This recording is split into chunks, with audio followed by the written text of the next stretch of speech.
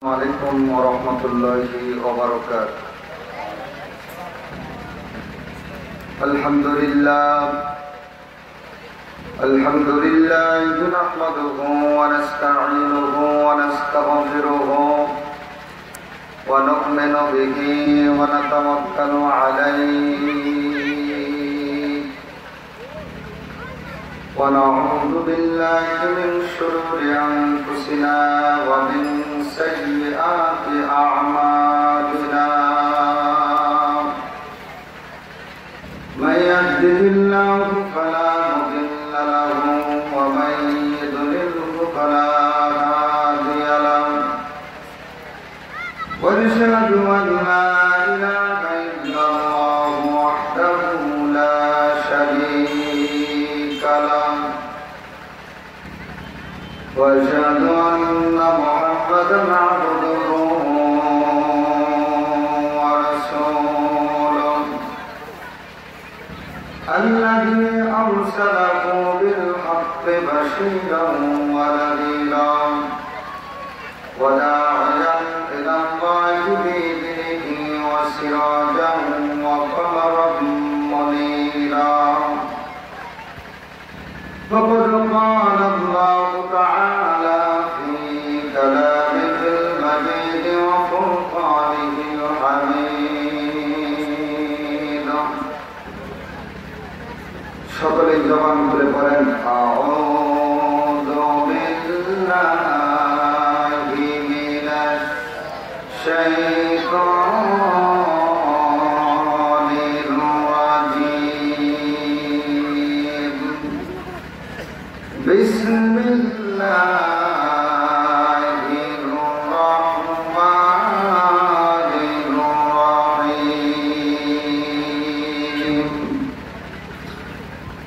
إن تجتنبوا كبائر ما تنهون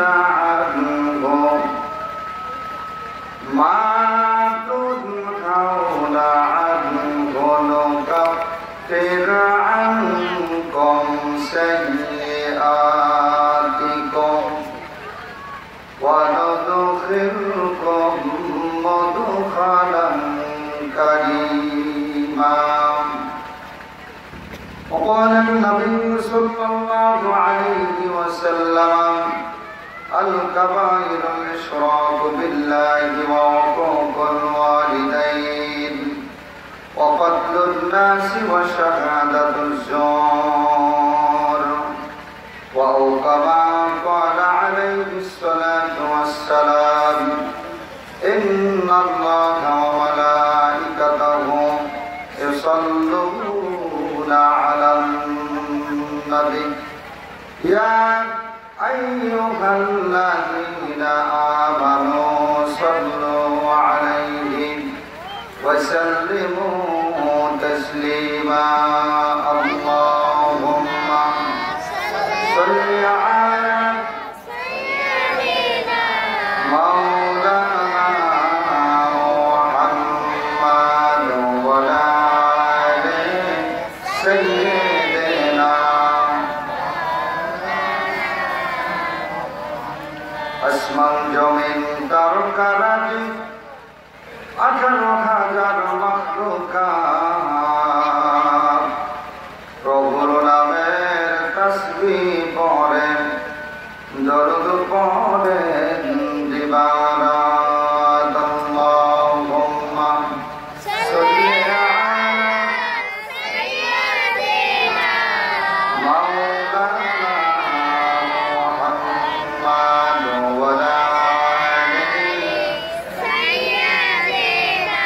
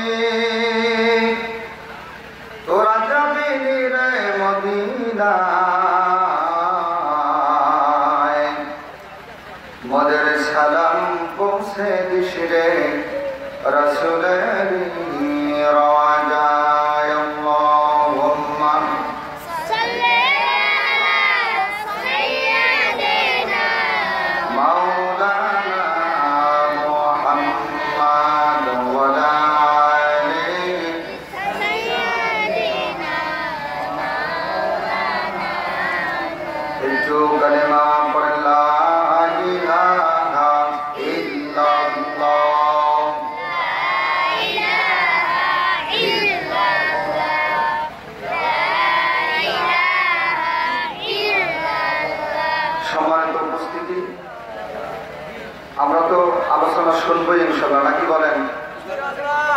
আমি তো আপনাদের সুপরিচিত বক্তা, নাকি বলেন? অপরিচিত বক্তা আসার আগেই আমাদের পরিবেশটা সুন্দর করা যায় না, নাকি বলেন? আমি তো আপনাদের বদনাম গাইতে পারবো না, কারণ আপনারা তো আমার নিজের লোক। দূরের একজন মেহমান যদি আমাদের এই অবস্থানটা দেখে, বক্তা মানুষ তো যে কোনো জায়গা বলে দুর্গম জায়গার লোকগুলো কেন জানি পরিবেশ বুঝে না, কথা বলে ঠিক কিনা? এটা বলবে না কিন্তু যদি বুঝে ফেলে, নাকি বলেন? এই জন্য মন যদি খারাপ না থাকে একটু আসেন, সামনের দিকে আগায় বসেন। এসেই যেহেতু করেছি কিছুক্ষণ আলোচনা শুনবো, মনোযোগ দিয়ে শুনি, আমলের নিয়ে শুনি, একটু আগায় বসি। বাবা, কাউকে অবহেলা করতে নাই। আল্লাহ পাক কোন জিনিসের ভিতরে কি রেখেছেন বলা যায় না। বলে মা পড়ে লা ইলাহা ইল্লাল্লাহ। অনেক ভাই আসলেন না, এখনো পিছনে বসে আছেন। আসেন সবাই, আসেন, একটু তাড়াতাড়ি আসেন, তাড়াতাড়ি আলোচনা শুরু হবে ইনশাআল্লাহ। আমরা আজকে তো আলোচনা শুনবো প্রধান মেহমানের। আপনারা একটু দর্শক হয়ে বসলে, সুন্নতি তরিকায় বসলে নেকিও হবে, একটা পরিবেশ সুন্দর থাকবে, কথা বলেন ঠিক কিনা? আরে মা পড়েন চায়ের দোকানে, রাস্তায়, আশেপাশে যারা দাঁড়িয়ে আছেন, অনুগ্রহপূর্বক মাহফিলের আদব রক্ষার্থে সবাই অঞ্চলের মাহফিলের প্যান্ডেলে এসে বসে যায়।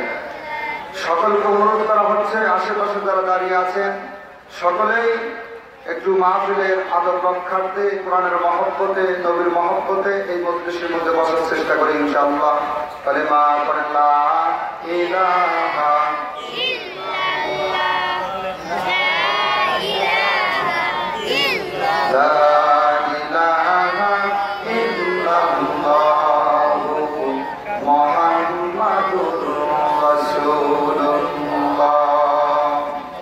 সকলেই বলি সাল্লাল্লাহু আলাইহি ওয়াসাল্লাম। সম্মানিত উপস্থিতি, অধ্যক্ষের আয়োজিত প্রতিনন্দন মদিনাতুল মুলক তালিমুল কুরআন নুরানী ও হাফিজিয়া মাদ্রাসার হাফেজ ও হাফেজা ছাত্রছাত্রীদের দস্তারবন্দি উপলক্ষে 2 দিনব্যাপী ঐতিহাসিক তাফসীরুল কুরআন মাহফিল। অধ্যক্ষার আজকের এই তাফসীরুল কুরআন মাহফিলের সম্মানিত সভাপতি, সম্মানিত প্রধান অতিথি ও বিশেষ অতিথিবৃন্দ, সম্মানিত প্রধান মেহমান, প্রধান আকর্ষণ, সম্মানিত ওলামায়ে ইকরাম, সামনে উপস্থিত দূর দূরান্ত থেকে ছুটে আসা সর্বস্তরের মুসলমান ভাই ও বন্ধুগণ, মাইকের আমার যতদূর পর্যন্ত যাচ্ছে তথায় অবস্থানরতা আমার শ্রদ্ধেয় মা ও বোনেরা, আসুন আল্লাহ পাক রব্বুল আলামিনের পাক আলিশানে শুকরগুজার হচ্ছি, যিনি অত্যন্ত দয়া করে, মায়া করে, ভালোবেসে, মহব্বত করে আমার আপনার হায়াতের জিন্দেগিকে দীর্ঘায়ু করে দুনিয়াবি যাবতীয় ঝামেলাকে হটায়া দিয়ে আমাকে আপনাকে ভাড়ে করে এই জান্নাতের বাগানের জন্য কবুলার মঞ্জুরি দিয়ে কোরআনের বাগান, হাদিসের বাগান, আলেম ওলামাদের মজলিস তাফসীরুল কুরআন মাহফিল, এই 5 জায়গার ভিতরে যে মহান রব্বুল আলামিন আমাদেরকে আসার বসার তৌফিক এনায়েত করলেন, সে মহান রব্বুল আলামিনের দরবারে সকলে অন্তরস্থল থেকে মহব্বতে আবেগে শুকরিয়া আদায় করে বলি আলহামদুলিল্লাহ। সালাতু সালাম পেশের লক্ষ্যে সকলে একবার করে নেই সাল্লাল্লাহু আলাইহি ওয়াসাল্লাম। সম্মানিত উপস্থিতি, আমি আপনাদের সামনে ভূমিকায় আলোচনা করে সময় নষ্ট করতে চাচ্ছি না, যেহেতু আমরা দূর থেকে মেহমান নিয়ে এসেছি। আমার আলোচনাটা আশেপাশে বিভিন্ন জায়গায় শুনবেন, নাকি বলেন? প্যান্ডেল না শুনেন মাদ্রাসা শুনবেন, মাদ্রাসা না শুনেন মসজিদে শুনবেন, মসজিদে না শুনেন কারো বাড়িতে মিলাদ মাহফিলে তো আমার সাথে দেখা সাক্ষাৎ হবে, ঠিক কিনা? বরাবর দূর থেকে মেহমান নিয়ে আসছি দাওয়াত করে, তার জবান থেকে কোরআন এবং হাদিসের কিছু গুরুত্বপূর্ণ আলোচনা আমাদেরকে শোনা দরকার, ঠিক কিনা? কথা বলেন। এই জন্য আমি অল্প সময় আপনাদের সামনে কথা বলবো, খুব মনোযোগ দিয়ে শুনতে হবে। যদি আমি আপনাদের সুপরিচিত, ফুল কিন্তু অনেক, কথা বলেন ঠিক কিনা? ফুলের নাম ভিন্ন হইতে পারে, গ্রাম ভিন্ন হইতে পারে, কিন্তু নাম কিন্তু ফুল, কথা বলেন ঠিক কিনা? আল্লাহ পাক পৃথিবীতে যত মানুষ সৃষ্টি করেছেন প্রত্যেকটা মানুষকে আলাদা আলাদা মেমোরি, আলাদা আলাদা মস্তিষ্ক, আলাদা আলাদা চিন্তা ফিকির, ভিন্ন ভিন্ন চেহারার অধিকারী, ভিন্ন ভিন্ন সৌন্দর্যের অধিকারী করে সৃষ্টি করেছেন, ঠিক কিনা বলেন? এই জন্য অনেক দেখেন, চিন্তা করেন, সব বক্তাই কিন্তু কোরআন হাদিসের কথা বলে, সব হুজুরই কিন্তু কোরআন হাদিসের কথা, ঠিক না? কিন্তু বিভিন্ন রকমের বক্তার কণ্ঠ, বিভিন্ন রকমের বক্তার কথা বিভিন্ন রকমের শোনা যায়, কিন্তু কোনোটা ভুলে যাওয়ার মতো নয়, কথা বলেন, ঠিক কিনা? পৃথিবীতে মানব রচিত, মানুষের তৈরিকৃত গজল হোক, গান হোক, নাচ হোক, যে কোনো কিছু হোক, ভাষ্য হোক, কবিতা হোক, পুঁথি হোক, যেগুলোই আবিষ্কার করুক না কেন, একবার শুনলেন, দুইবার শুনলেন, তিনবার শুনলেন, চতুর্থবার বলতে গেলে তাই তোর এই গল্পর বলিস না, মেলা শুনছি, কথা বলা ঠিক কিনা? কিন্তু কুরআনুল কারীমের কথা, হাদিসের বাণী, আল্লাহ পাকের জবানের কথা, বিশ্বনবীর জবানের বাণী মানুষ দুনিয়ার শুরু থেকে কিয়ামত পর্যন্ত শুনবে। আজ পর্যন্ত এমন কোন জবান, এমন কোন জেগেন, এমন কোন লোক তৈরি হয় নাই যে কোরআনের কথা শুনতে ভালো লাগে না। এরকম কি লোক আছে না? ওই হুজুরের কণ্ঠটা এরকম সুন্দর লাগে, অমুক হুজুরের আলোচনা এত গভীর মনোযোগী হয়, অমুক একটা এত ভালো লাগে, খালি ভালোই লাগে, ভালোই লাগে। একটা কথা জেনে রাখবেন, আমার ভালো দিয়ে তো কি কথা বলেন, আমার ভালো দিয়ে কোনো লাভ আছে? আমার ভালো দিয়ে তো লাভ নাই। আমার মর্যাদাটা হয়েছে এই কারণে আমি কোরআনের খেদমত করি বিদায়, কথা বলেন ঠিক কিনা? আমি আজকের থেকে কোরআনের খেদমত বন্ধ করে দেই, কালকের থেকে আমার আর এই সম্মানটা থাকবে, কথা বলেন থাকবে? থাকবে না। কাঠের মান তখনই হয় যখন কোরআনুল কারীমের সংস্পর্শে আসে, ঠিক কিনা? কাঠের মর্যাদা তখনই কমে যায় যখন ডাস্টবিনের বাউন্ডারি দেওয়া হয়, কথা বলেন ঠিক কিনা? এই জন্য মর্যাদাপূর্ণ ব্যক্তিদের সাথে উঠা বসা করে নিজের জীবনের মর্যাদা বৃদ্ধি হয়, আর অমর্যাদা সম্পন্ন ব্যক্তিদের সাথে উঠা বসা করলে নিজের মর্যাদাটাও কমতে থাকে, ঠিক কিনা? এই জন্য অনেকেই এসেছেন বক্তা দেখার জন্য, অনেকে এসেছেন প্যান্ডেল দেখার জন্য, অনেকে এসেছেন কয়টা ভিডিও ক্যামেরা কি হবে এটা দেখার জন্য, অনেকে এসেছেন মাদ্রাসা দেখার জন্য, বিভিন্ন জন বিভিন্ন চিন্তা ভিতর অন্তরের ভিতরে নিয়ে আসেন। তবে আমি একটা কথা আপনাদেরকে বলি, সমস্ত চিন্তা ভিতরে বাদ দিয়া যদি কেবলমাত্র একমাত্র একটা উদ্দেশ্যেও, সামান্য একটা উদ্দেশ্যটা আমাদের বড় আছে, আমাদের জীবনের গুনাহ মাফের আশা কিনা, ঠিক কিনা কথা বলেন? এটাও যদি না থাকে, কমপক্ষে যদি এইগুলো সব চিন্তা বাদ দিয়া যদি আপনার অন্তরের ভিতরে এতটুকু চিন্তা থাকে যে অনেক ভাই আছে, বন্ধু আছে, আত্মীয় স্বজন আছে, অনেক হুজুর আছে, এত টাকা পয়সা দিলাম, দান সৎকার করলাম, ঈদ দিলাম, কিন দিলাম, অনেক কিছুই দিলাম, মাদ্রাসাতে কোনোদিন দেখলামও না, মাদ্রাসাও যাই, কোরআন হাদিসের কথাও শোনা হবে, আলেম ওলামাদের সুন্দর চেহারাও দেখা হবে, মুসলমানদের সাক্ষাৎও হবে। এই ছোট্ট নিয়তটাও যদি কোনো মুসলমানের অন্তরে থাকে, জনাবে রাসূলুল্লাহ সাল্লাল্লাহু আলাইহি ওয়াসাল্লাম ইরশাদ করেছেন, ওই ব্যক্তি আর রাসূল সাল্লাল্লাহু আলাইহি ওয়াসাল্লাম জান্নাতের ভিতরে খুব পাশাপাশি জায়গার ভিতরে বসবাস করবে। চিৎকার দিয়ে বলতে হবে সুবহানাল্লাহ। তাহলে ছোট্ট একটা কথা বললাম, যেটা সমস্ত মর্যাদার চেয়েও কম মর্যাদার একটা কথা বললাম, যে এই নিয়তটাও যদি আমার আপনার অন্তরের ভিতরে থাকে, লাভটা কি হবে? লাভটা হবে আমরা হাসরের ময়দানে এই মহব্বতটা, এক মুসলমান আরেক মুসলমানকে দেখতে যাওয়া বা তার সাথে মুআনাকা মুসাফা করার নিয়তটাও যদি অন্তরের ভিতরে থাকে, আল্লাহ রাসূল বলেছেন ওই ব্যক্তিটা হাসরের ময়দানে রাসূলের সাথে জান্নাতে প্রবেশ করবে। সুবহানাল্লাহ। এই হাদিসটা আমি হাদিস থেকে বলতেছি, বলবেন যে হুজুর বানায় বলতেছেন, না, এই হাদিসটা বলেছিলেন হযরতে ইব্রাহিম আলাইহিস সালাম। কে বলেছেন? আমাদের জাতির পিতার নাম কি? জোরে বলেন। মুসলমান জাতির পিতার নাম কি? ইব্রাহিম আলাইহিস সালাম। এই ইব্রাহিম আলাইহিস সালাম হাদিসটা বলছিলেন তার উম্মতদের সামনে। কার সামনে? জোরে বলেন। জবান খুলে আওয়াজ দিতে বলতে ইব্রাহিম আলাইহিস সালাম কার সামনে হাদিস বর্ণনা করছেন? আমি যে হাদিসখানা শুনাইলাম, এটা ইব্রাহিম আলাইহিস সালাম তার উম্মতদের সামনে বর্ণনা করছেন। আমি যেখানে কথা বলতেছি এই কথা কি আপনারাই শুনতেছেন না জিন পরিরাও শুনতেছেন? কথা বলেন। আল্লাহ তাআলার আরো মাখলুকাত আছে, বাঘ আছে, ভাল্লুক আছে, কুকুর আছে, শ্রিয়াল আছে, গরু ছাগল মহিষারা ইত্যাদি আছে, তারাও শুনতেছি না? কি শুনতেছে না তারা? কথা বলে, সবাই শুনতেছে। ইব্রাহিম পয়গম্বর যখন তার উম্মতদের সামনে মুসলমানদের এই গুণবাচক হাদিসখানা বর্ণনা করছেন, এই হাদিসখানা শুনেছে জঙ্গলের একটা ভয়ঙ্কর বাঘ। কে শুনছে? জোরে বলেন, জোরে বলেন, কে শুনছেন? জঙ্গলের একটা বাঘ এই হাদিসটা শুনছে। ও দুনিয়ার মানুষ, খেয়াল করেন, আপনারা যদি আমল নাও করেন তাহলে আপনাদের লস, আর যদি আমল করেন লাভ কার হবে? জোরে বলেন, লাভ কার হবে? কিছু উম্মত আমল করে, কিছু উম্মত আমল করে না।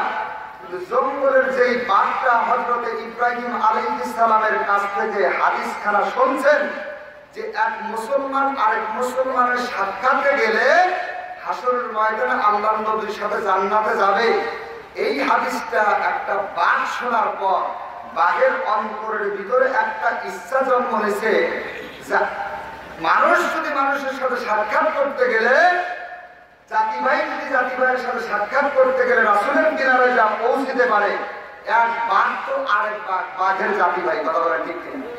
এক গরু তো আরেক গরুর জাতি ভাই, ঠিক কিনা?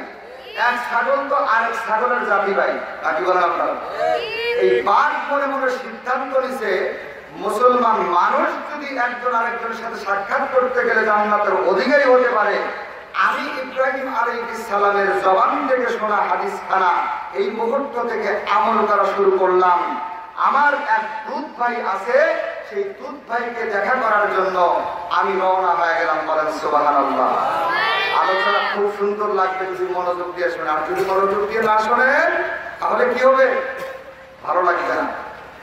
আর একটা কথা এখানে বলে রাখি, আলোচনা করব ইনশাআল্লাহ, আল্লাহ যদি তৌফিক দান করেন। আমার আপনার জীবনের গুনাহ আছে না নাই? কার কার গুনাহ নাই? হাত তুলে দেখান তো, আমার জীবনে গুনাহ নাই। গুনাহ আছে নাকি বলেন? নেকির কাজ আছে না? নেকির কাজও আছে। আমি আপনাদেরকে একটা সুসংবাদ জানাই, আল্লাহ পাক রব্বুল আলামিন প্রত্যেকটা নেকির কাজ হোক অথবা গুনার কাজ হোক, প্রত্যেকটা গুনার জন্য, প্রত্যেকটা গুনার ব্যাপারে, প্রত্যেকটা নেকির ব্যাপারে আল্লাহ রাব্বুল আলামিন মুসলমানের পিছনে, একজন মুসলমানের পিছনে চারটে সাক্ষী নির্ধারিত করে রেখেছেন। কয়টা? জোরে বলেন, কয়টা? পাঁচটার কায়দা আছে। জোরে বলেন, পাঁচটার কায়দা আছে।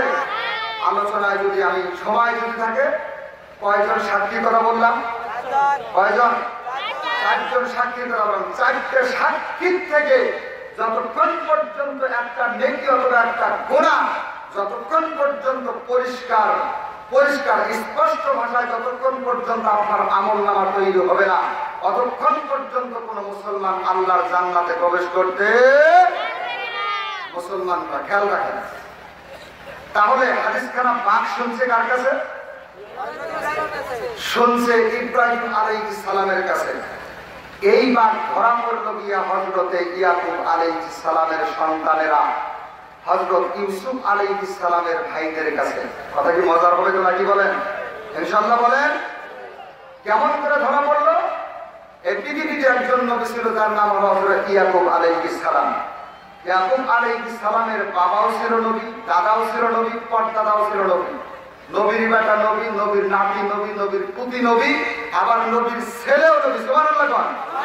আর বলেন সুবহানাল্লাহ। পরিবারটার মর্যাদা কম না বেশি? কথা বলেন। বাবাও চেয়ারম্যান, ছেলেও চেয়ারম্যান, নাতিও চেয়ারম্যান, পুতিও চেয়ারম্যান। মর্যাদা কম না বেশি? এই বংশধরের গুণগত দিক দিয়ে ভালো না খারাপ? ভালো। তাহলে ইয়াকুব আলাইহিস সালাম পয়গম্বর, হযরত ইউসুফ আলাইহিস সালাম হলো পয়গম্বর। হযরত ইউসুফ আলাইহিস সালাম এরা ছিল 12 ভাই। কয় ভাই?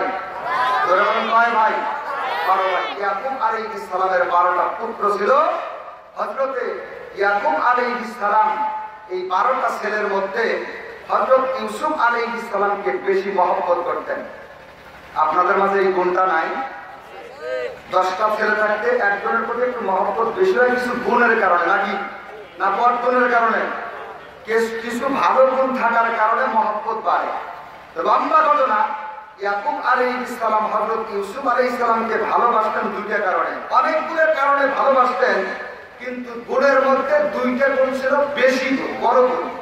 তার মধ্যে একটা হলো ইয়াকুব আলাইহিস সালাম বিয়ে করেছিলেন তার জীবনে দুইটা। প্রথম স্ত্রী মারা যাওয়ার পর হযরত ইউসুফ আলাইহিস সালামের মাকে যখন বিবাহ করলেন, ইউসুফ আলাইহিস সালাম যখন ছোট মানুষ, ইউসুফ আলাইহিস সালামের ভাই ছিল একজন বিনিয়ামিন, এও ছোট মানুষ। কিন্তু ছোট মানুষ থাকা অবস্থায়, অল্প বয়সে থাকা অবস্থায় হযরত ইউসুফ আলাইহিস সালামের মা কঠিন রোগে আক্রান্ত হয়ে গেলেন, মৃত্যু শয্যায় শায়িত হয়ে গেলেন। ঠিক এই মুহূর্তে হযরত ইউসুফ আলাইহিস সালামের পিতা হযরত ইয়াকুব আলাইহিস সালাম ইউসুফ আলাইহিস সালামের মা ইয়াকুব আলাইহিস সালামকে ডাক দিয়ে বললেন, হে স্বামী, আমার যে রোগ বা আমার যে অবস্থান, আমার মনে হচ্ছে আমি মনে হয় পৃথিবীতে বেশি দিন থাকবো না। কি আপনাদের এরকম হয় না? কথা বলেন, হয় না? হয় কি না? আমি মনে হয় পৃথিবীতে বেশি দিন থাকবো না। তবে স্বামী, আমি আমার গর্ভে যে সন্তান ধারণ করছিলাম, আমার গর্ভে যে সন্তান ছিল ইউসুফ, আমার মনে হয়, আমি তো তার মা, আমার মনে হয় পৃথিবীতে আমার সন্তান ইউসুফের মতো সুন্দর সন্তান আল্লাহ মনে হয় আর কাউকে দিবেন না। সুবহানাল্লাহ বলেন। মা সন্তানের খবর জানে না? কথা বলেন, জানেন কিনা? এটা একটা কারণ। তিনি বলছেন, স্বামী, আমার বুকের উপর হাতটা দিয়ে আপনি ওয়াদা দেন যে আমি মারা যাওয়ার পর আমার ইউসুফকে আপনার কাছ থেকে দূরে সরাবেন না, আর ইউসুফ যেন বুঝতে না পারে যে ইউসুফের মা মারা গেছে।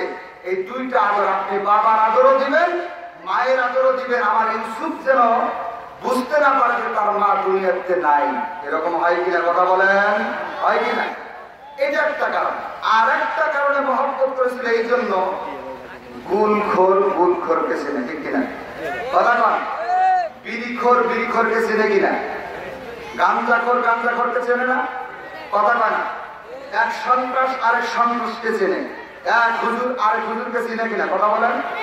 দেখবেন গুল খাচ্ছে, বুঝায় জানায় গুল খায় না, সিগারেট খায়, আরেক গুল যে খায় নেশা আছে তার নিকটে যা দাঁড়া গেছে, বুঝতে পারে, এছাড়াই বুঝতে পারে যে আমার কাছে গুল চাচ্ছে। কথা বলেন, ঠিক কিনা? পয়গাম্বরকে চিনে কিনা? কথা কয় না? চিনে কি চিনে না? কারণ গুলখোর যদি গুলখোরকে চিনতে পারে, এক পয়গাম্বর মনে হয় আরেক পয়গাম্বরকে চেনে না। দুইটা, অনেকগুলো কারণের মধ্যে দুইটা কারণ উল্লেখ করলাম, যেহেতু আমার সময় কম নাকি আপনাদের সুপরিচিত সাক্ষাৎ চলে গেলে বলেছি। দুইটা গুণের কথা বললাম। এই দুইটা বড় গুণের কারণে ইয়াকুব আলাইহিস সালাম হযরত ইউসুফ আলাইহিস সালামকে মহব্বত করত।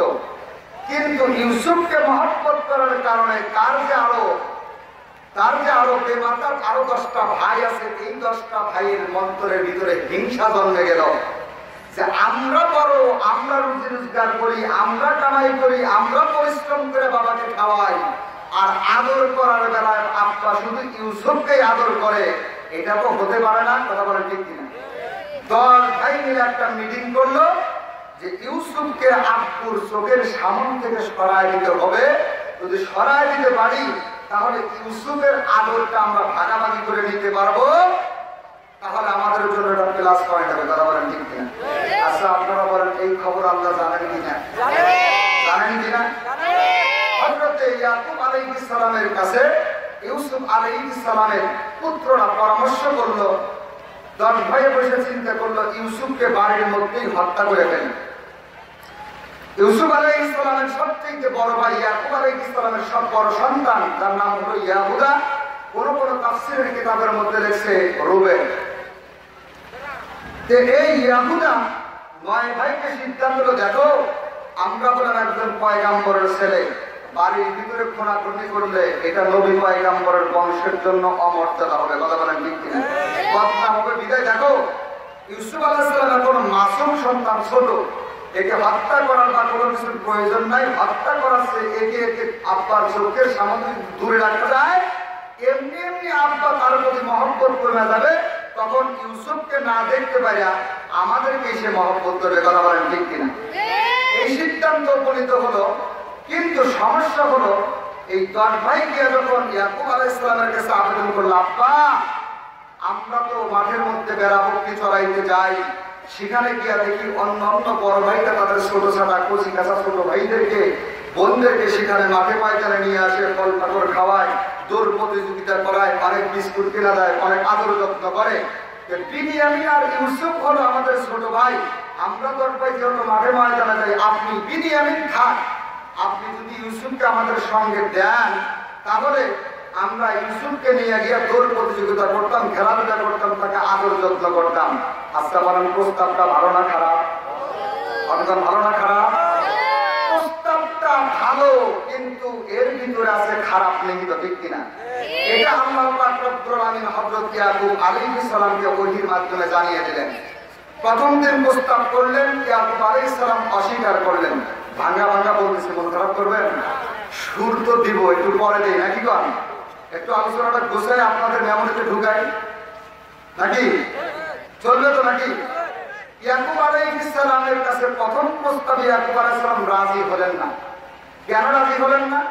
ইয়াকুব আলাইহিস সালাম জানেন। কেমন করে জানেন? একদিনের ঘটনা, হযরত ইয়াকুব আলাইহিস সালাম কিনারে এক পাহাড়ের পাদদেশে ইউসুফ আলাইহিস সালামকে নিচে বসাইয়া ইয়াকুব আলাইহিস সালাম উপরে উঠছে, পাহাড়ের টিলায় উঠছে যে কোনো কাজে। হঠাৎ ইয়াকুব আলাইহিস সালাম পাহাড়ের পাদদেশ থেকে ইউসুফের কণ্ঠের চিৎকার শুনতে পারলেন, আল্লাহ! সুবহানাল্লাহ কোন? আমরা বিপদে পড়লে কার নাম নেই? আল্লাহর নাম তো নেই না। ও বাবা, ও মা, কথা বলা ঠিক কিনা? আর পয়গম্বর বিপদে পড়ছে, নাম নিয়েছে কার?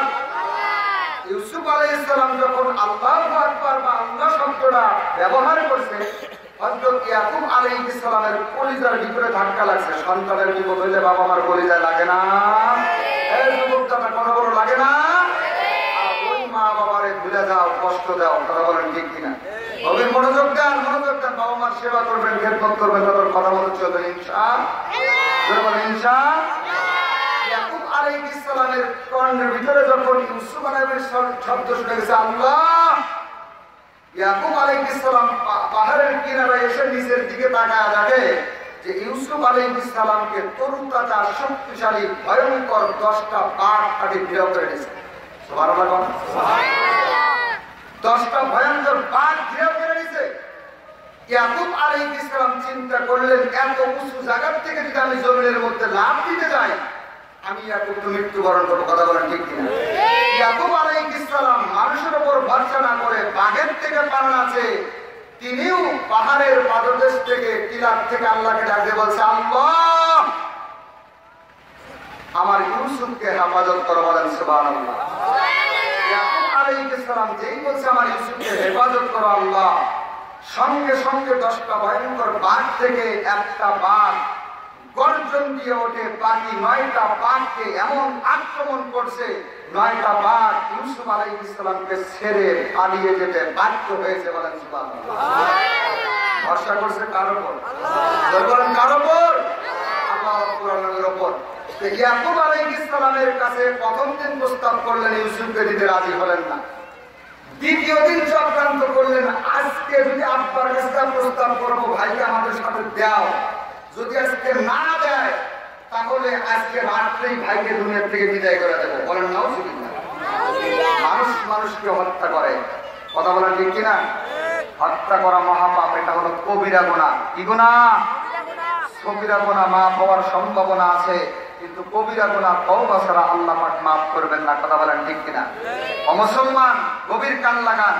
ইয়াকুব আলাইহিস সালাম বুঝতে পারলেন যে আজকে যদি ইউসুফকে যদি তাদের সঙ্গে যদি না পাঠাই, এরা তো সিদ্ধান্ত নিচ্ছে রাতের বেলায় আমার ইউসুফকে মেরে ফেলবে। চোখের আড়াল হয়ে 1 সপ্তাহ থাক, তাদের সমস্যা নাই, 1 মাস থাক, সমস্যা নাই, তাও আমার বাচ্চা দুনিয়াতে বেঁচে থাক, কথা বলেন, কথা বলেন, কথা বলেন। চোখের আড়াল হয়ে যাক, 1 সপ্তাহ পরে দেখা হোক, তাও ভালো, সমস্যা নাই, কিন্তু যাতে দুনিয়ার থেকে বিদায় না হয়, আমার চোখের আড়ালে থাক, তাও আমার বাচ্চা কি থাক, বেঁচে থাক, মারার দরকার নাই, ঠিক কিনা? ইয়াকুব আলাইহিস সালাম তাদেরকে দিয়ে দিলেন, বললেন, আমি তোমাদেরকে আমার সন্তান ইউসুফকে দিচ্ছি, কিন্তু আমি নিরাপদ নই। আমি একটা কথা বলি, হে আমার সন্তানেরা, আমার এই কলিজার তোমরাও সন্তান, এও সন্তান, আমার কলিজার টুকরা ইউসুফকে তোমাদের সঙ্গে দিলাম, কিন্তু আমার অন্তরের ভিতরে ভয় হয়, না জানি তোমরা ইউসুফের সঙ্গে কি ব্যবহার করে বসো, সুবহানাল্লাহ বলেন। এক পর্যায়ে মুসলমান হযরত ইউসুফ আলাইহিস সালামকে ফুসলায়া কৌশল করে ইয়াকুব নবীর কাছ থেকে যখন সন্তানকে যখন এরকম ভাবে আদায় করে নিলেন, এক পর্যায়ে মুসলমান ইয়াকুব আলাইহিস সালামের সন্তানেরা হযরত ইউসুফ আলাইহিস সালামকে বাড়ি থেকে যখন বাহির করলেন, আদরের সীমা নাই, ঘরের ভিতরে বড় ভাই করে নেয়, মেজো ভাই বলে আমার করে দাও, তার ছোটটা বলে আমার করে দাও, তার ছোটটা বলে আমার করে দাও, এরকম নয় ভাই হযরত ইউসুফ আলাইহিস সালামকে কোলে নেওয়ার জন্য ব্যস্ত হয়ে গেলেন। বাবাকে দেখাচ্ছেন, বাবা দেখো ঘরের ভিতরেই তোমার সন্তানকে কত আদর করছি, আর যদি বাহিরে নিয়ে যাই তাহলে যাতে তোমার সন্তানকে আর কত আদর করবো। কিন্তু মুসলমান গভীর কান লাগান, গভীর মনোযোগী হতে হবে। হযরতে ইউসুফ আলাইহিস সালাম আদর পেয়ে ছোট্ট মানুষ যদি বিস্কিট পায় কথা বলে না, হাঁটি হাঁটি পিছন ধরে কথা বলেন, ভাইকে বলতে পারে না, বোনকে বলতে পারে না, আব্বাকে বলতে পারে না, একটা বিস্কিটের মায়। কিন্তু মুসলমান এই দল ভাই যে কি কারণে ইউসুফকে নিয়ে যায় এটা কিন্তু ইউসুফ জানে না, কথা বলেন ঠিক কিনা। হযরত ইউসুফ আলাইহিস সালাম আনন্দাত্ম ঘাড়া, আজকে আমি মরুভূমির ময়দানে যাব, আমার 10 জন ভাই কোলে কাকে নিয়ে চলবে, মাঠে ময়দানে আমি দৌড় প্রতিযোগিতা করবো, গাছের ফল খাবো, বকরির দুধ খাবো, যারা বকরির দুধ খাবো, উটের দুধ আমাকে খাওয়ানো হবে, আমার ভাইরা আমাকে কত আদর কত যত্ন না করবে। এই আদরটা ঘরের ভিতরে ছিল, কোলের ভিতরে ছিল, আঙ্গিনায় ছিল, 1/2 কিলোমিটার পর্যন্ত ছিল। কেন ছিল মুসলমান? যতদূর পর্যন্ত ইয়াকুব আলাইহিস সালামের নজর ইউসুফ আলাইহিস সালাম ও তাদের ভাই পর্যন্ত ছিল, অতক্ষণ পর্যন্ত আদরের কোনো সীমা ছিল না, কথা বলেন ঠিক কিনা। যেই মাত্র কেবলমাত্র ওই তার ভাইয়ের মধ্য থেকে পিছনের দিকে লক্ষ্য করে দেখবার ইয়াকুব আলাইহিস সালামের চেহারা দেখা যায় না, আর বাবার নজর ইউসুফের ওপর নাই।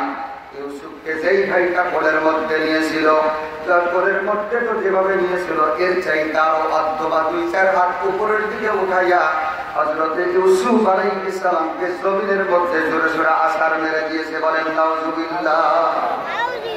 যেই মাত্র ইউসুফ আলাইহিস সালামকে জমিনের মধ্যে আঘাত করল, ইউসুফ ছোট্ট মানুষ, পয়গম্বর মানুষ, চেহারাটা কেমন যেন মলিন হয়ে গেল।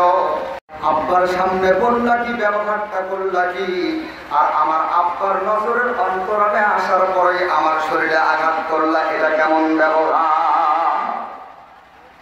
এক পর্যায়ে মুসলমান 10 ভাইয়ের মধ্য থেকে ডাক দিয়ে বলে, ইউসুফ সাবধান, যত কথা বলবি মায়ের চোট তত বেশি হবে, যত বাড়াবাড়ি করবি তত তোর ওপর নির্যাতনের নিষ্ঠুরতার চলবে, কারণ তোর কারণে আব্বাই আমাদের কামনা করে না, কামাই করি আমরা 10 ভাই, আর বসে বসে খালি খাই, তোকে আজকে এমন শাস্তি দিব, এমন জায়গার মধ্যে পৌঁছায়া দিব, আমার বাবা তো দূরের কথা, পৃথিবীর কোনো লোক সেই খবর পাবে না। দেখলেন তো কথা বললো কি আর করতেছে কি, কথা বলেন না কেন? হ্যাঁ, এক পর্যায়ে মুসলমান বাবা হযরত ইউসুফ আলাইহিস সালাম অসহায় হয়ে গেলেন। নবী মানুষ কিন্তু ধৈর্য আছে আল্লাহ পাকের উপর, কথা বলেন ঠিক কিনা। ভাইদের এক ভাই দেয় একটা থাপ্পড় ডান দিকে, আরেক ভাই আরেক পাশে, এক ভাই পিঠের মধ্যে, হাতের মধ্যে যার যত লাঠি, বেড়া বকরি চালাইতে রাখালদের হাতে লাঠি থাকে, কথা বলেন ঠিক কিনা। যার হাতে যত প্রকার লাঠি ছিল ইউসুফ আলাইহিস সালামের শরীরে আঘাত করতে লাগলো, আর বলতে লাগলো, ইউসুফ তোর কারণে আব্বার মহব্বত আমাদের প্রতি কম, বিদায় তোকে আজকে মেরেই ফেলবো, কোনো কথা বলবি না। ইউসুফ আলাইহিস সালাম ডাক দিয়ে বলছে, ভাইয়েরা তোমরা আমাকে কেন এরকম শুরু করলা? তোমরা তো আমার ওই বড় ভাই, হতে পারে মা 2 জন কিন্তু আব্বা তো একজন, কথা বলেন ঠিক কিনা।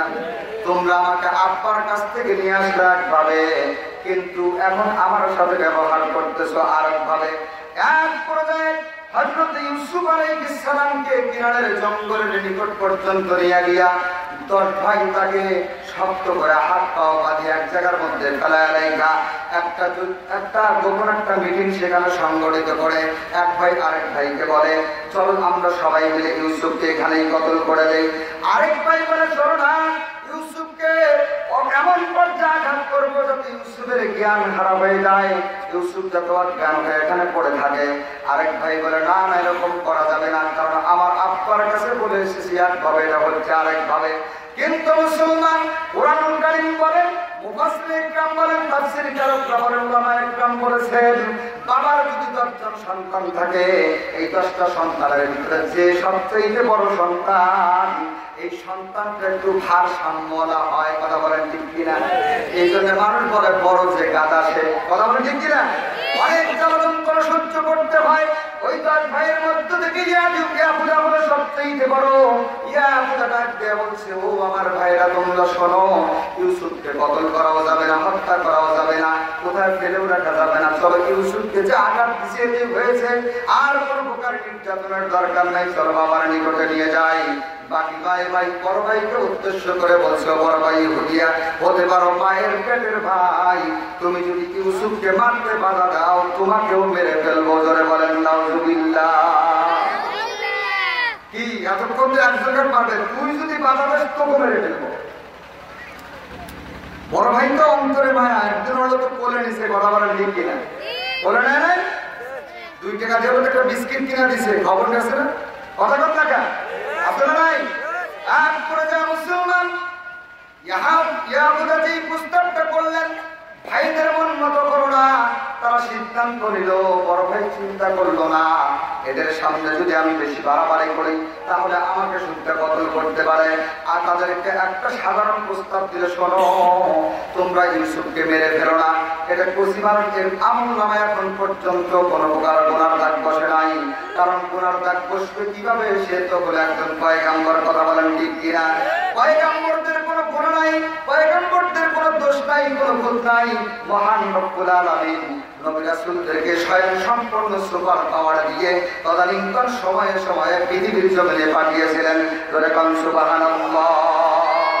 হযরত ইউসুফ আলাইহিস সালামকে হাত পা বাঁধলেন, ইয়াহুদা ডাক দিয়ে বলেন, কতল করার দরকার নাই, বরং তোমরা একে একটা এমন জায়গার মধ্যে রেখে আসো অথবা কোনো কূপের মধ্যে নিক্ষেপ করে দাও।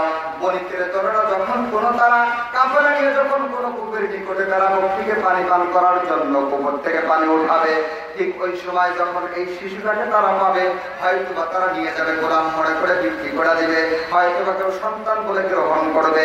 আব্বার চক্ষুর আড়ালে বড় হয়ে যাবে, আমাদের সাথে কোনো পরিচয় থাকবে না, আব্বাও মনে কষ্ট পাবে না। আর সন্ধ্যার সময় আব্বার কাছে একটা যে কোনো ঘটনা বর্ণনা করে ইউসুফের কথাটা আব্বার অন্তর থেকে ভোলায় দিব। এরকম চক্রান্ত করলেন। ও চক্রান্ত করবেন না, কি করবে? এটা তো সব কিছু আল্লাহ পাক রব্বুল আলামিন সেট করে রেখেছেন। কথা বলেন ঠিক কিনা? ইউসুফ আলাইহিস সালামকে যে মিশরের প্রেসিডেন্ট বানাবেন, এমনি এমনি বাড়ি থেকে কিভাবে তাকে মিশর পর্যন্ত নিয়ে যাবেন, সমস্ত কৌশল সমস্ত কুদরত হলো আল্লাহ তাআলার। কথা বলেন ঠিক কিনা? মুসলমান বাবাজি লম্বা করব না, হযরত ইউসুফ আলাইহিস সালামের হাত পা সুন্দর করে বেঁধে শরীরের ভিতর থেকে সমস্ত জামা কাপড় গুলো খুলে নিলেন। এক পর্যায়ে ইউসুফ আলাইহিস সালাম ভাইদেরকে ডাক দিয়ে বলেন, ভাইরা তোমরা আমাকে কূপে ফেলা দাও ভালো কথা, কিন্তু আমার শরীর থেকে আমার পোশাক গুলো খুলে ফেলো না। মুসলমান বাবারা, মানুষ কত বড় নিষ্ঠুর হইলে মানুষ মানুষকে হত্যা করতে পারে, মানুষ কত বড় নিষ্ঠুর হইলে মানুষ মানুষের উপর এরকম নির্যাতন চালাইতে পারে। কিন্তু মুসলমান আমার আল্লাহ পাক বলেন, যতই অন্তর কঠোর হোক না কেন, যতই কঠিন হৃদয়ের অধিকারী হোক না কেন, কোরআন যখন তুমি শুনতে যাবা, হাদিস যখন তুমি শুনতে যাবা, আলেম ওলামার মজলিসে যখন চলে যাবা, তুমি ভালো করে খেয়াল করে দেখবা কোরআনের রহমত আল্লাহ পাকের পক্ষ থেকে যখন নাজিল হবে, তোমার এই কঠিন পাথর হৃদয়টা মোমের মতো নরম হয়ে যাবে। কথা বলেন ঠিক কিনা? ইউসুফ আলাইহিস সালামকে কূপের মধ্যে ফেলায় দিলেন। লম্বা ঘটনা বাবা, সংক্ষিপ্ত করে বলছি, একটা পয়েন্ট উদ্ধার করার জন্য আপনাদের সামনে ঘটনাটা বর্ণনা করি। এক পর্যায়ে ইউসুফ আলাইহিস সালামকে কূপের মধ্যে নিক্ষেপ করে দিয়ে 10 ভাই কাঁদতে কাঁদতে আব্বার নিকটে হাজির হয়ে গেছে। কার নিকটে হাজির হয়েছে? আব্বাই লক্ষ্য করে দেখতেছে 10টা আছে, একটা নাই। আব্বা ডাকতে আমার ইউসুফ কোথায় গেল? সমস্ত ভাইরা চোখে তো পানি নাই, ভান করতেছে, অভিনয় করতেছে, সবাই চোখের মধ্যে হাত ধরে আব্বার সামনে বুদ্ধি করে নিছে চোখের পানি বাড়ি করাই লাগবে। কথা বলে ঠিক কিনা? ভান ধরে না মানুষ, মানুষ ভান ধরে না। বেলকি বাজিতে ভাঙ ধরায়। কথা বলেন ঠিক কিনা? কথা বলেন ঠিক কিনা? 10 ভাই চোখ কসলায়, চোখের মধ্যে হাত বোলায়, পানি তো নাই। ডাক দিয়ে বলছে, আব্বা যান, আমরা তো তাকে নিয়ে গিয়েছিলাম খেলাধুলা করার জন্য, ফল পাথর খাওয়ানোর জন্য, কিন্তু ইউসুফকে একটা গাছের তলায় বসায় রাখছিলাম, আর আমরা বেড়াবর্তী দুম্বা উটগুলো নিয়ে ময়দানে ঘাস খাওয়াচ্ছিলাম। হঠাৎ দূর থেকে দেখি একটা ভয়ঙ্কর তরুতাজা শক্তিশালী একটা নেকড়ে এসে ইউসুফকে ঘাস করে ধরে তাকে নিয়ে জঙ্গলের ভিতরে খেয়ে ফেলা শেষ করেন। নাউজুবিল্লাহ। অমুসলমান বাবাজরা কবির কান লাগান। ইয়াকুব আলাইহিস সালাম যখন শুনলেন আল্লাহ পাক রব্বুল আলামিন ইয়াকুব আলাইহিস সালামকে ডাক দিয়ে বললেন, পয়গম্বর, এই মুহূর্তে তোমার সন্তানদের সাথে রাগান্বিত হয়ে না, রাগ করিও না, সবর এখতিয়ার করো, ধৈর্য ধরো, কারণ ধৈর্যের ফল খুব গুরুত্বপূর্ণ। ভালো কথা বলেন ঠিক কিনা? এরপর যে মুসলমান ইয়াকুব আলাইহিস সালাম গুসা হলেন না, মন খারাপ করলেন না, শুধু চোখের পানি ছেড়ে দিয়ে কান্না ডাক দিয়ে বললেন, বাবা, আমি তো তোমাদেরকে আগেই বলেছিলাম যে তোমরা বড় মানুষ, তোমরাই মাঠে ময়দানে যাও, আমার সন্তান ইউসুফকে নিয়ে যাও না। কিন্তু মুসলমান, তারপরে তোমরা আমার ইউসুফকে, আমার পরিচয় টুকটাকে তোমরা নিয়ে গেলা, আর জঙ্গলের একটা বাঘ খেয়ে ফেললে, আর তোমরা 10 জনে কিছুই করতে পারলে না। এবার সন্তানেরা আব্বার সামনে গিয়ে ডাক দিয়ে বলে, ওগো আব্বা যান, আপনি যদি বিশ্বাস না করেন, এই যে দেখেন ইউসুফের সব জামা কাপড়, ধরে কোন সুবহানাল্লাহ। এতক্ষণ তাও দোষটা লুকানোর একটা রাস্তা ছিল, কিন্তু যখন পয়গম্বরের সামনে ইউসুফ আলাইহিস সালামের শরীরের পোশাকটা যখন হাজির করে দিছে, ইউসুফ আলাইহিস সালামের পিতা ইয়াকুব আলাইহিস সালাম জামাটার ভাঁজ খুলে যখন লম্বা করে ধরছে, কাঁদতেছে মানুষ, আবার মুস্কি হাসছে। সুবহানাল্লাহ। জোরে বল সুবহানাল্লাহ। ডাক দিয়ে বলছেন, বাবারা, তোমরা বলতেছে আমার ইউসুফকে বাঘে খেয়েছে, তোমরা এগিয়ে তাকে বাঁচাইতে পারো নাই, কিন্তু আমি তো দেখতেছি আমার ইউসুফের শরীরে যে পোশাকটা পরা ছিল, এই পোশাকটা এত সুন্দর করে তোমরা নিয়ে এসেছো, পোশাকের মধ্যে এক ফোঁটা রক্তের দাগ পর্যন্ত নাই। আমার ছেলেকে খেয়ে ফেলছে, আমার কোনো সমস্যা নাই, তবে তোমাদের কাছে জানতে চাই, কেমন শিক্ষিত বুদ্ধিজীবী বাঘটা আমার ইউসুফকে খেয়েছে। আমি একটু তোমাদের কাছে আবেদন করি, তোমরা তো আমি পয়গম্বরের সন্তান, তোমাদের শরীরের ভিতরে শক্তি আছে, জোয়ানি আছে, তোমাদের পাওয়ার আছে, তোমাদের সাহস আছে, কারণ কেরানের জঙ্গলে জঙ্গলে তোমরা ঘোরো। কথা বলেন ঠিক কিনা? সাপ নিয়ে যারা খেলা করে তাদের ভয় কম, বাঘ নিয়ে যারা খেলা করে তাদের ভয় কম। ডাক দিয়ে বলছে, সন্তানেরা ইউসুফের কথা আমি বুঝি না, আমি তোমাদের কাছে একটা আবেদন জানাই, কোন সুশিক্ষিত বুদ্ধিজীবী, এমন বিজ্ঞানী অধিকারী, কোন বাঘটা আমার ইউসুফকে খেয়ে ফেলেছে, যে আমার ইউসুফের শরীরটা খেয়ে ফেললো, দেহটা খেয়ে ফেললো, আর আমার ইউসুফের শরীরে পরনের মধ্যে জামা কাপড়ে এক ফোঁটা রক্ত লাগতে দিল না। ধরে কোন সুবহানাল্লাহ। যারা ভুল স্বীকার করছে তখন ধরা পড়ে নাই, কিন্তু জামা যখন জমা দিছে ধরা পড়ে গেছে। কথা বলেন ঠিক কিনা? ওদের একটা গল্প শুনছিলাম যে মাঝে মাঝে এই দোলার মধ্যে, এই ডাকগুলোর মধ্যে, দোলার মধ্যে ছেলে মেয়েরা পিকনিক খায়, তাই না? কথা বলেন ঠিক কিনা? মাঝে মাঝে শোনা যায় অমুকের ঘরের মধ্যে হাঁস নাই, মুরগি নাই, কি কম ঠিক এরকম ধরেন গরুর দোলায় ধরেন একটা রেকর্ড করতে, কেউ মন খারাপ করে, একটা উদাহরণ দিচ্ছি আর এই দোলায় ধরেন কিছু সংখ্যক বকাটে ছেলে, বকাটা বলতে হাস্যর্য, মানে যত আঘাত করেন, যত কিছুই করেন, মন খারাপ করে না, সবসময় অটল অবস্থা, ঠিক না? এই পিকনিক অনুষ্ঠান খাইতে গেছে, তারা আজকে পিকনিক তো টাকা পয়সা কোথায় খাইতে গিয়ে পাশের যে এবারে ঘাস মুরগি আছে, রাতের বেলা আইনা জব করে, ঠিক না? সিদ্ধান্ত নিচ্ছে 2-4টা বকাতে একত্রিত হয়, সবাই যখন ঘুমে দিব যাই, মুরগির ভাষা সাধারণত গেটের কাছে বা ঘরের বাহিরে এইভাবেই তো থাকে, নাকি বলে একটা দরজা করে 2-3টা হাঁস মুরগি ধরে নিয়ে এসে দোলার মধ্যে জব করে খাওয়া হয়েছে। এখন হাঁস মুরগি জব করে ফেলছে, এখন দলপতি ওটার মধ্যে এখন অধিনায়ক থাকে না, তার মধ্যে অধিনায়ক থাকে না। এখন অধিনায়ক বলছে, হাঁস যে আনলি, যেখান থেকে হাঁস বাহির করছো সেখানে একটা খামসা খামসি করিস নাই। কথা বলে কয় কেন?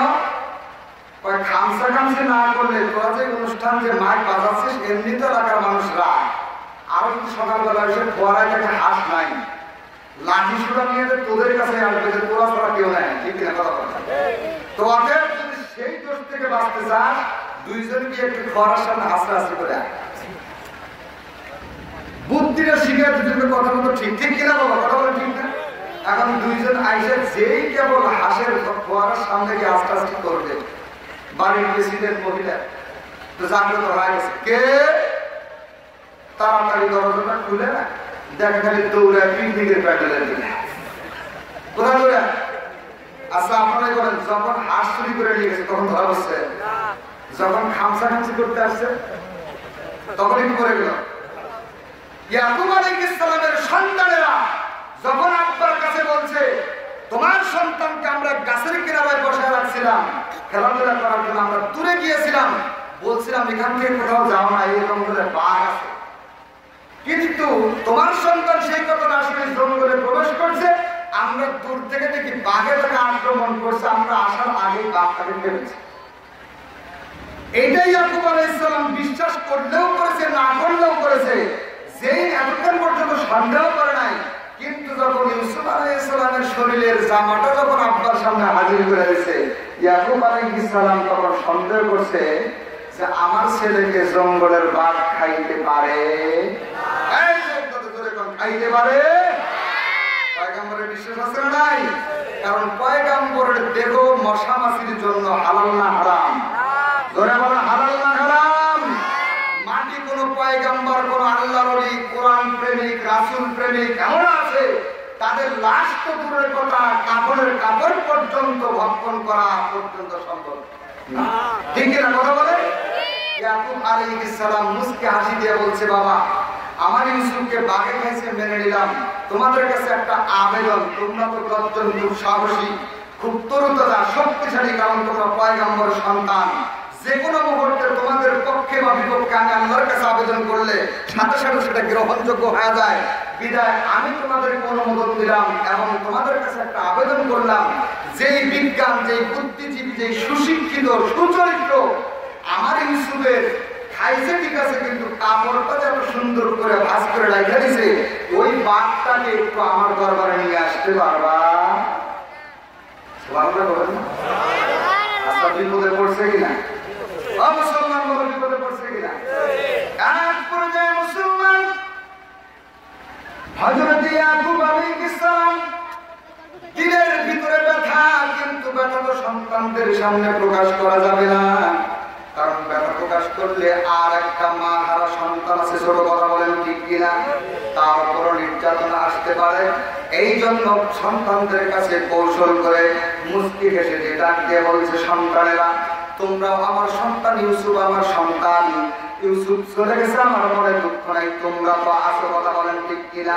তবে আমি একটা আবেদন তোমাদের কাছে জানাই, তোমরা যেহেতু দল ভারী শক্তিশালী দল, তোমরা যে এলাকা দিয়ে যাও, এলাকার মানুষ ভয় পায়, যেই জঙ্গলের ভিতরে প্রবেশ করে জঙ্গলের হায়াওয়ান যেমন পর্যন্ত তোমাদেরকে ভয় করে পালিয়ে যায়, ও আমার সন্তানরা তোমাদের কাছে একটা আবেদন, যেই বাঘটা ইউসুফকে খেয়ে ফেলেছে ওই বাঘটা যদি আমার দরবার পর্যন্ত ধরে নিয়ে আসতাম, আমি অনেক দোয়া তোমাদের জন্য করতাম, আমি তোমাদের সমস্ত দোষ মাফ করে দিতাম।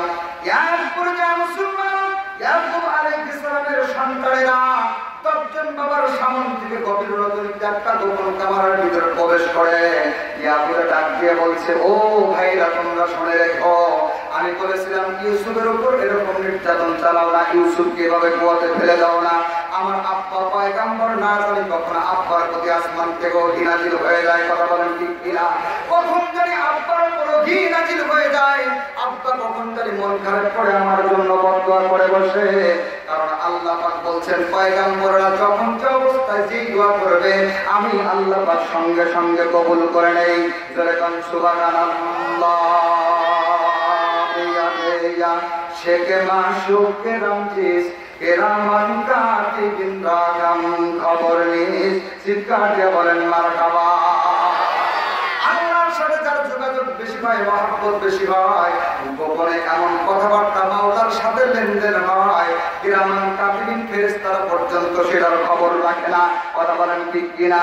এরপর যায় মুসলমান আল্লাহর বান্দারা ইয়াকুব আলাইহিস আলাইহিসসালামের 10 জন সন্তান গোপন কামরার মধ্যে পরামর্শ চালাচ্ছে, আব্বা তো পয়গম্বর, কখন জানি আল্লাহর পক্ষ থেকে ওহী নাযিল হয়ে যায়, কখন জানি আমার আব্বা আমাদের উপর বদদোয়া করে বসে, বিদায় চলো, যত কষ্টই হোক না কেন আগামীকাল গিয়ে বেড়া বকরির কাঠ ভুলুক আর না ভুলুক সেগুলো খাক আর না হোক, কমপক্ষে একটা দুর্বল বাঘ হলেও, বাচ্চা একটা বাঘ হলেও, বাঘিনী হলেও আব্বার সামনে হাজির করা লাগবে। এটা আসারা বাসার কোনো কায়দা নাই।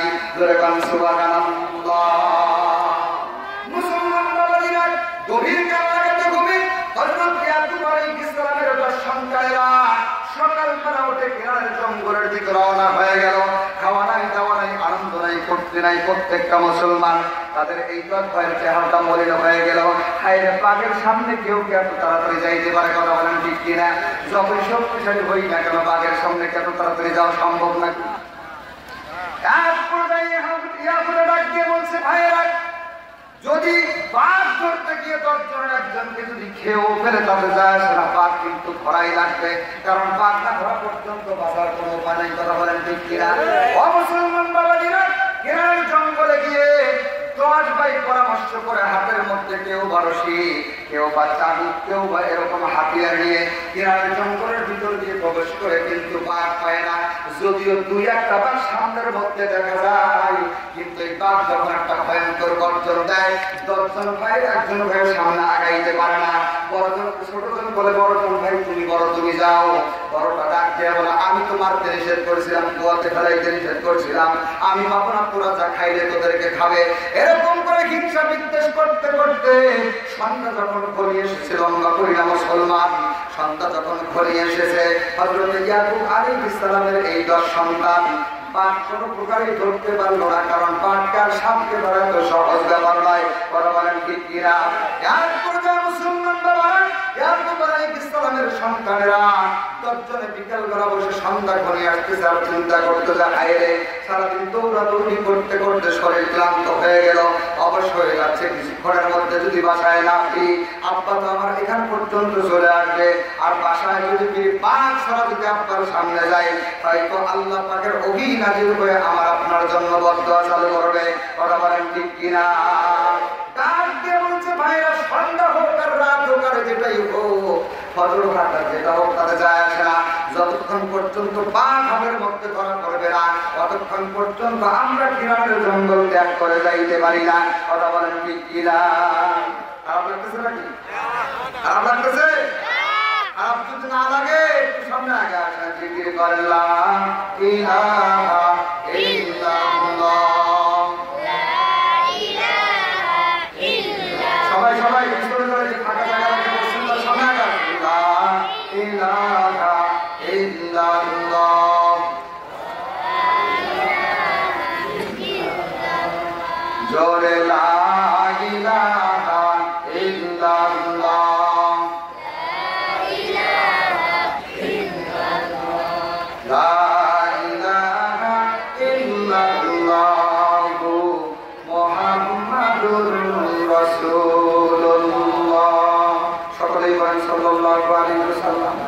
সারাদিন দৌড়াদৌড়ির কারণে ক্লান্ত হয়ে গেছে। কে ক্লান্ত হয়ে গেছে? কারা ক্লান্ত হয়ে গেছে? হযরত ইয়াকুব আলাইহিস সালামের সন্তানেরা। কে সন্তানেরা? মানুষের চেহারা দেখে মানুষের গুণ মাপা যায় না। কথা বলেন, মাপা যায়? মাপা যায় না। এই জন্য কার আলোচনায়, কার কথায় আল্লাহ কখন হেদায়েত দিবে, কখন আসমানি ফয়সালা হয়ে যাবে, এটা কি একটু বলতে পারে? কথা বলতে পারে? এখান থেকে যদি একটা সুন্নত যদি নিজের জীবনে আমল করার মতো মন মানসিকতা থাকে, হতে পারে একটা সুন্নতই আপনাকে জাহান্নামের আগুন থেকে বাঁচাইতে পারে। আমি আপনাদের সামনে কুরআনুল কারীমে সূরাতুন নিসা থেকে একটা আয়াতে কারিমা তেলাওয়াত করেছি। সেই আয়াতে কারিমা থেকে আমি কিছু আলোচনা আপনাদের সামনে করতে চাই। ইয়াকুব আলাইহিস সালামের সন্তানেরা 10 ভাই মিলে সারাদিন দৌড়াদৌড়ি করার পরে ক্লান্ত হয়েছে। খেলা থাকে? খেলা থাকবে? খালি তো শেষ করে দেন, এমন জায়গায় আটকালেন না, সব শেষ করে দেবো যদি আপনারা বলেন। কি কথা বলেন?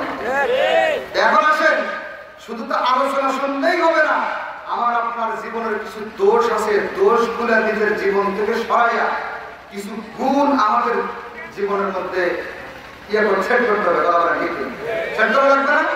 খালি সুরে সুরে আলোচনা শুনলেন আর বাড়িতে গেলেন, আমল নাই, আখলাক নাই, ইবাদত বন্দি কিছু নাই, সুন্নত নাই, ফরজ নাই, নফল নাই, ওয়াজিব নাই, কিছুই নাই, তাহলে কি এই আলোচনা শুনে কোনো লাভ হবে?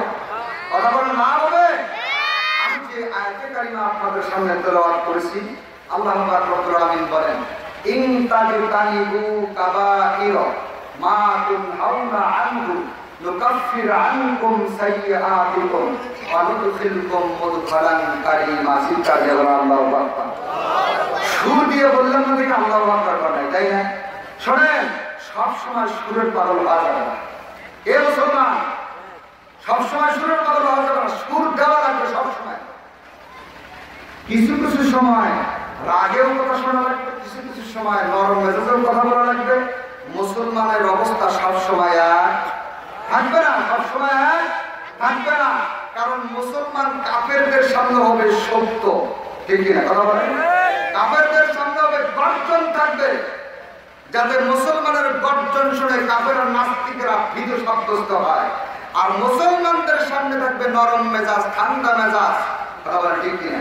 যাতে মুসলমানের ব্যবহার দেখে কি আরেক মুসলমান যাতে তার অনুকরণ করে দোষগুলো ভুলে গিয়ে, গুনার রাস্তা ভুলে গিয়ে নেকির রাস্তায় চলতে থাকে, ঠিক কিনা? কথা বলেন, কথা বলেন ঠিক কিনা?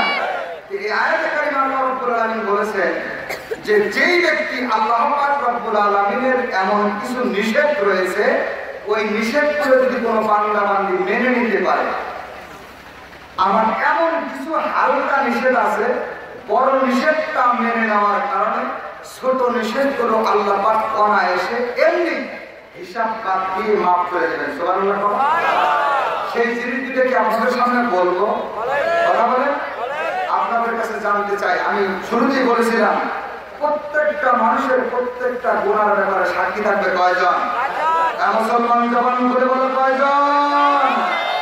4টা সাক্ষীর সাক্ষ্য যতক্ষণ পর্যন্ত পরিষ্কার হবে না, হাসরের ময়দানে নবী রাসূলরা বাদ দিয়ে যত ওলি দাবি করুক, আউলিয়া দাবি করুক, পীর দাবি করুক, হাফেজ দাবি করুক, মাওলানা দাবি করুক, মুফতি দাবি করুক, যত কিছুই দাবি করুক না কেন, 4টা সাক্ষী যতক্ষণ পর্যন্ত পরিষ্কার হবে না, ততক্ষণ পর্যন্ত একটা মুসলমান এক পা নড়াচড়া করা কোনো কায়দা রাখবে না।